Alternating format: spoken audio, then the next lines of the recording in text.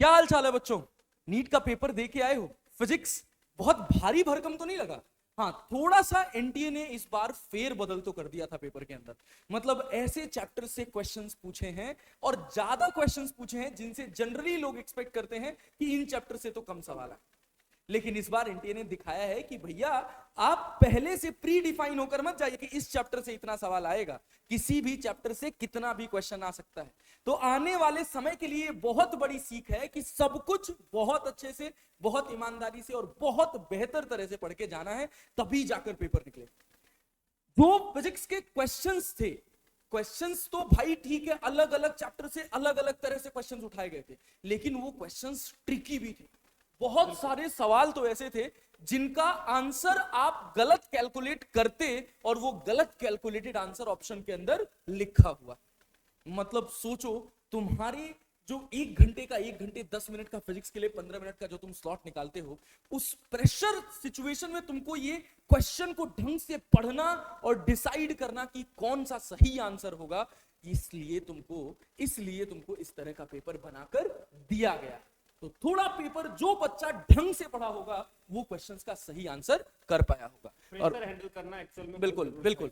तो मैं और एसीपी सर आपके लिए लेकर आए हैं फिजिक्स पेपर का कंप्लीट एनालिसिस। बताएंगे कौन से चैप्टर से कितने क्वेश्चंस आए थे। ठीक है सर? बताने से पहले मैं बता दूं बेटा, लेकिन ये देखो नीट ने फेरबदल कुछ चैप्टर्स में क्वेश्चन कम ज्यादा करने से किया है, लेकिन पूछे क्वेश्चन अभी भी वैसे ही हैं। पहले ही बता दी थे, लास्ट टाइम में भी हमने बताया था कि बेटा ये फॉर्मूला देख के चले जाना, बहुत काम का फॉर्मूले हैं, इनसे डायरेक्ट क्वेश्चन आता है और उनसे डायरेक्ट क्वेश्चन पूछे गए, उन्हीं फॉर्मूलों से सीधे क्वेश्चन पूछे गए हैं। तो ये जब लास्ट टाइम की उन्होंने ये प्रूव किया है एक प्रकार से कि यदि तुम लास्ट के 2-3 महीने सीरियसनेस के साथ पढ़ते हैं ना बेटा, तो आपका बहुत अच्छा पेपर जाता है और बहुत से बच्चों का बहुत अच्छा पेपर गया भी है। अब हम इस एनालिसिस में बताने वाले हैं कि किस चैप्टर से क्वेश्चंस ज्यादा पूछे गए हैं, किस से कम पूछे गए हैं, किस चैप्टर से कितने क्वेश्चन पूछे गए हैं, हर एक चैप्टर के बारे में हम बताएंगे। Start with the basic mathematics. और वेक्टर जो है ये सपोर्टिंग टूल होता है फिजिक्स में, इससे डायरेक्ट क्वेश्चन वेक्टर से फिर भी कभी कभार मिल जाता है, अदरवाइज डायरेक्ट क्वेश्चन इनसे नहीं आते। लेकिन हाँ, वो यूज जरूर आया है, ग्राफ यूज आया है, इक्वेशन यूज आए हैं, एरिया यूज आया है, स्लोप यूज आया है। इसके बाद बात करते हो यूनिट्स एंड मेजरमेंट से लगभग 3 क्वेश्चन रहता था, इस बार भी 3 क्वेश्चन रखा है। लेकिन पूरे सर काइनेमेटिक्स से, motion in straight line, motion in plane, relative motion, हर चीज से मिलाकर मात्र 2 क्वेश्चन, पूरे काइनेमेटिक्स से 2 क्वेश्चन पूछे गए। बच्चा सर 1 महीने से ज्यादा काइनेमेटिक्स पढ़ रहा होता है और 1 महीने की मेहनत से बस कितने सवाल आए हैं? 2 सवाल। वो भी ऐसे 2 सवाल जिससे काइनेमेटिक्स शुरुआत में थोड़ी सी भी ध्यान से पढ़ ली होगी ना, वो डेफिनेटली कर ले जाएगा। एकदम सस्ता, एकदम आसान सवाल। बिल्कुल बेसिक मैथमेटिक्स के डिफरेंशिएशन में करवा देते हैं, इतना आसान सवाल पूछा गया था। अच्छा, उसके बाद बात करें Newton's laws of motion and friction का, तो देखो भाई इसमें हमने एक और पोर्शन ऐड कर रखा है, इसी का हिस्सा है circular motion, dynamics of circular motion पढ़ाया। हाँ बिल्कुल। टोटल एक तो 2 क्वेश्चन का क्वेश्चन आ गया और 2 सर्कुलर, तो 3 क्वेश्चन पूछे गए। Centre of mass and position. देखो वर्क पावर एनर्जी है ना बेटा, वर्क पावर एनर्जी से डायरेक्ट क्वेश्चन इस बार नहीं आया और कई बार नहीं पूछता है डायरेक्ट क्वेश्चन, वो सपोर्टिंग होता है, बाकी चैप्टर्स को सपोर्ट करता है। Centre of mass and collision से सिर्फ 1 क्वेश्चन आया है। रोटेशनल मोशन से 3 क्वेश्चन आए हैं और जो रोलिंग का 1 क्वेश्चन। बेटा मैंने बोला था कि एक बेसिक रोलिंग का कांसेप्ट हमें दिमाग में होना चाहिए, बहुत ज्यादा ना पूछे, इंक्लाइन प्लेन का ये सब ना पूछे, लेकिन एक बेसिक आइडिया होना चाहिए कि V equal to R omega pure rolling होता है। देखो उसका 1 क्वेश्चन पूछा गया। तो टोटल सिस्टम ऑफ पार्टिकल, जिसने ना वो रोलिंग मोशन वाला सवाल, जिसने रोटेशन ध्यान से सुना भी होगा ना, बिल्कुल वो क्वेश्चन कर लेगा। कॉमन सेंस से होने वाला, कॉमन सेंस से वाला। इसको ऐसा नहीं कर सकते कि आउट ऑफ सिलेबस बोला गया, no, not out of syllabus. Mechanical properties of solid से नॉर्मली 1 क्वेश्चन आता था, इस बार 1 क्वेश्चन आया है इस बार। लेकिन इसका यूज एक हाँ, इसमें थर्मल में यूज हो, तो टोटल हम 2 क्वेश्चन बोल सकते हैं मैकेनिकल प्रॉपर्टीज ऑफ सॉलिड से। इसके बाद बात करें फ्लूइड का, फ्लूइड से 1 क्वेश्चन पूछा गया सरफेस टेंशन से। बोला था बेटा कि सरफेस टेंशन और विस्कोसिटी से सबसे ज्यादा चांस होता है क्वेश्चन पूछने के, जो हाइड्रोडायनामिक्स हाइड्रोस्टैटिक्स उससे कम आते हैं, इस बार 1 क्वेश्चन उसी से पूछा गया। इसके बाद कार्टेशियन थर्मोडायनामिक्स, दोनों से मिला के 2 क्वेश्चन पूछे गए हैं। सिंपल हार्मोनिक मोशन के 2 क्वेश्चन है, वेव से क्वेश्चन नहीं पूछा गया।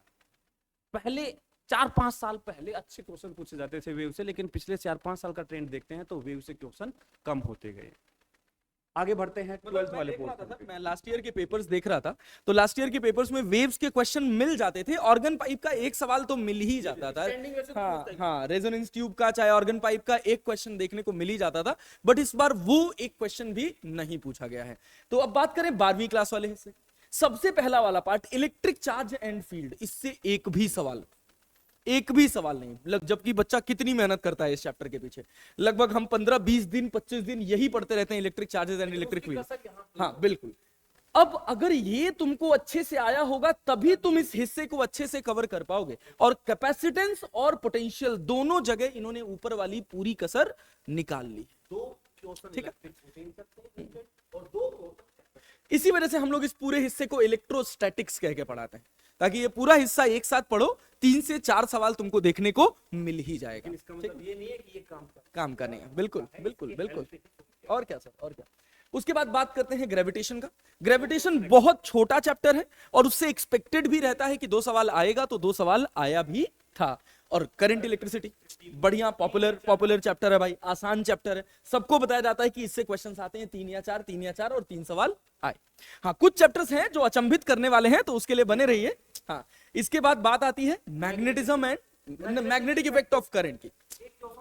हाँ, 2 क्वेश्चन आते, लेकिन इसका जो दूसरा क्वेश्चन था ना सर, हाँ 3 सवाल यहां से आ गए, और मैग्नेटिक इफेक्ट ऑफ करंट का जो दूसरा क्वेश्चन था वो वही ढंग से कर पाएगा जो टाइम पीरियड वाला सवाल था, जिसने लेक्चर्स अच्छे से सुने होंगे और हर दिन जाके क्वेश्चन प्रैक्टिस की हो।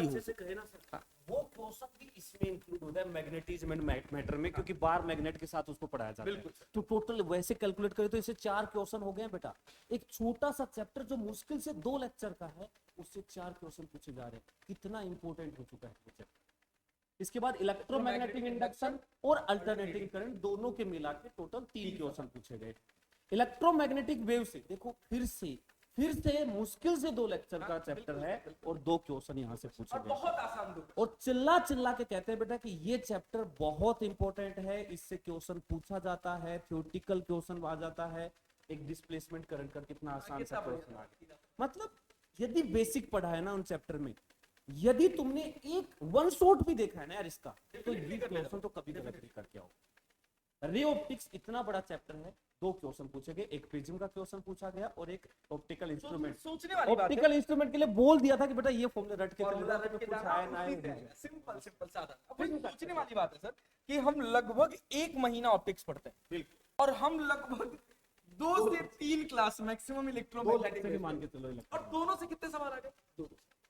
मतलब इसी वजह से जब पढ़ाया जाता है तो स्ट्रेटजी में ये बताया जाता है कि पहले छोटे चैप्टर्स ढंग से करो, क्योंकि जरूरी नहीं है कि बड़ा चैप्टर तो उससे ज्यादा ही सवाल आए, बट अगर कहीं छोटे चैप्टर से ज्यादा सवाल आ गया तो सोचो तुम्हारा कितना फायदा हो जाए। ठीक है, अब देखो वेव ऑप्टिक्स में 3 कंसेप्ट होते हैं, जिसमें से बोला जाता है कि 2 क्वेश्चन आने हैं। 2 क्वेश्चन ड्यूअल नेचर रेडिएशन से 2 सवाल, एटम से 2 सवाल और न्यूक्लियाई से 1 सवाल, जो कि जनरली प्रेडिक्टेड होता है कि मॉडर्न फिजिक्स से 5 सवाल आए। वैसे बच्चे बोल रहे थे अल्फा बीटा डीके हट गया बेटा, बोला था कि एक बेसिक आइडिया होना चाहिए। सिर्फ चार्ज कंजर्वेशन और मास कंजर्वेशन पे क्वेश्चन पूछा गया था। और लास्ट में सेमीकंडक्टर, वो तो है ही हीरो, 4 क्वेश्चन आए इस बार भी और बहुत आसान क्वेश्चंस आए हैं। लेकिन हाँ, सेमीकंडक्टर का एक क्वेश्चन करंट इलेक्ट्रिसिटी के साथ मिक्सअप होकर के यूज हुआ है, गजब क्वेश्चन था, बहुत अच्छा क्वेश्चन। ठीक है, तो ये पूरा एनालिसिस है बेटा। जो स्कोरिंग चैप्टर्स होते हैं, वो जो छोटे चैप्टर्स जो नाम के छोटे होते हैं लेकिन स्कोर अच्छा कराते हैं, उनको अच्छे से कर लेना चाहिए। और लास्ट टाइम का जो रिवीजन होता है उसको अच्छे से लग के करना चाहिए। ठीक है, ओके बेटा, थैंक यू, मिलते हैं आपसे अगली वीडियो। ओके, थैंक यू बेटा, थैंक यू वेरी मच।